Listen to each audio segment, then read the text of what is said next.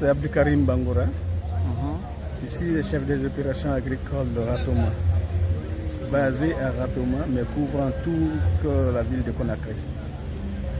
Donc, nous sommes en activité principale, se fait au niveau de la commune de Ratoma, particulièrement à Sonfonia, où il y a 2450 hectares rizicoles qui se situent de Lambagny jusqu'à dans les baies de Breka.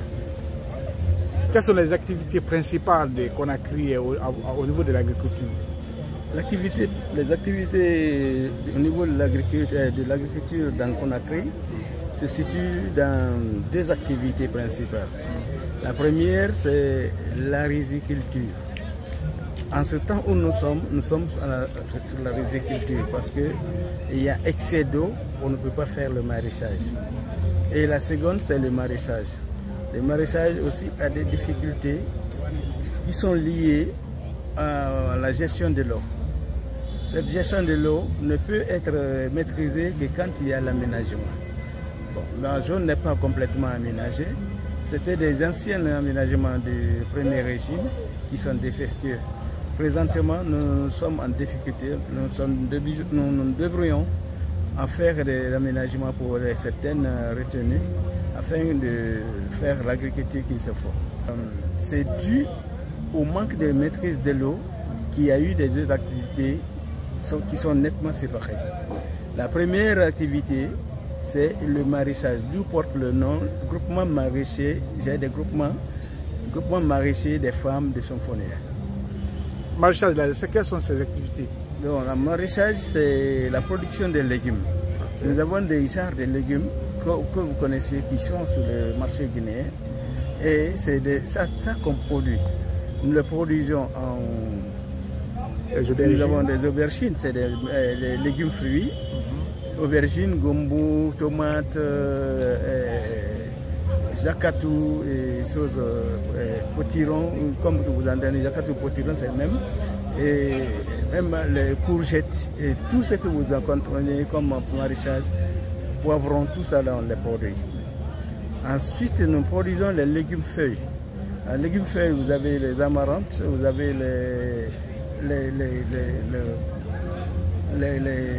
tout ce qui est de feuilles, même le manioc, on les produit en feuilles. Donc nous avons les légumes tubercules. Les légumes tubercules, comme vous entendez, c'est ceux-là qui font leur production au-dessus dans le sol. Il y a le manioc, on fait le taro, on fait aussi les différentes productions qui sont dans le sol. Nous avons les légumes, fruits et choses, d'autres légumes. Fruits, nous avons des fruitiers aussi, la banane principalement, nous avons des variétés de bananes qui est appréciées. Même ceux qui de l'intérieur quittent parfois pour s'approvisionner des rejets de ces bananiers. Parce que nous avons des variétés très améliorées qui ont été prises avec l'Irak, la recherche. C'est les FIA 23, FIA 24, nous avons les variétés de plantains comme Mbrgo et Kilong. Ces variétés y sont avec nous et nous les exploitons, nous les diffusons en même temps. L'objectif principal, c'est de vulgariser. Voilà. Aujourd'hui, quelles sont les difficultés majeures? Les difficultés se mettent en trois contraintes. Comme vous le saviez, on a dit déjà qu'il y a l'excès d'eau, on n'a pas la maîtrise d'eau. Donc quand il y a la saison pluvieuse, on a un excès d'eau qu'on ne peut maîtriser, on ne peut faire que la riziculture. Quand c'est la saison sèche, nous avons la rareté de l'eau. Il faut faire des puits maraîchers pour pouvoir arroser nos cultures. Ça, c'est la première difficulté due à la manque de maîtrise de l'eau. Et ensuite, nous avons les difficultés d'intrants. Il n'y a pas d'intrants à la disposition de ces groupements à leur vœu. Donc, et puis, les intrants de besoins immédiats n'est pas à disponibilité. Donc, nous avons des difficultés liées aux ennemis des cultures. Nous avons les insectes, nous avons les choses. Mais l'État a trouvé moyen d'approprier, de donner quelque chose aux femmes qui pourrait anéantir ses besoins en insecticides et autres. C'est les serres. Il y a des serres, l'État a pu donner des serres aux femmes, mais qui est resté fonctionnel depuis 2021.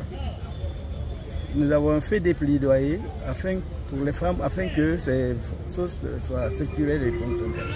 L'État a fait des efforts aussi pour cela. Ils ont ramené, parce que ces serres, il faut que ça fonctionne, il faut le courant, il faut l'eau, il faut encore la terre pour aménager l'interne. Et l'aménagement interne n'est pas fait entièrement. Donc l'État a fait quelques efforts, ils ont mené les poteaux jusqu'au niveau des serres, jusqu'au niveau de nos exploitations pour pouvoir alimenter ces serres en électricité. Mais qu'est-ce qu'il reste?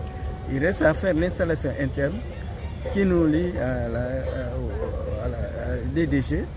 Et là, nous sommes en difficulté. On a fait des plaidoyers un peu partout, mais jusqu'à maintenant, ça reste infonctionnel. Les femmes ont décidé, en saison pluvieuse, comme il fait un peu frais, parce que c'est des systèmes nouveaux de serres qui sont là, c'est des systèmes nouveaux qui sont alimentés par le courant, la ventilation y est, la climatisation y est, et il y a aussi le contrôle des ennemis et des maladies. Donc tout ça là, sans courant, il ne peut pas aller. Donc nous avons ces différentes difficultés et nous avons l'empiètement par les constructeurs des maisons sociales. L'État avait demandé, en connivence avec le ministère de l'Agriculture et le ministère de l'Habitat, il y a eu une mission qui était venue pour faire la cession d'une partie de nos domaines à l'habitat afin qu'ils fassent des maisons sociales. Maintenant, ils s'en tiennent pas là, ils sont en train de nous invancer. On a demandé, comme Agifil qui est venu la dernière fois, ils disent qu'ils vont tout racler, ils vont mettre en construction et que l'agriculture n'est qu'une petite partie.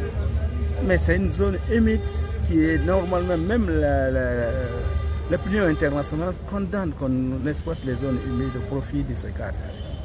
Donc nous demandons toujours à l'État de nous laisser sur cette petite portion qui est de 24 hectares, avec que les femmes s'expriment, amortissent, ils sont autonomisés dans leurs besoins.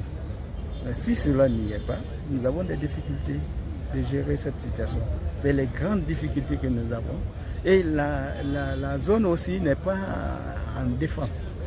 Il faut protéger. La zone n'est pas protégée du tout. Il y a les vols, des productions, des bananes, des régimes de bananes, des cultures même en place. Ils viennent et on récolte à la place des propriétaires. Donc si cela il se fait, il faut qu'il y ait une protection de ce site tout en clôturant en barbelé ou en grillage. C'est ça les grands problèmes qui se posent à Sofonia. Merci beaucoup, papa.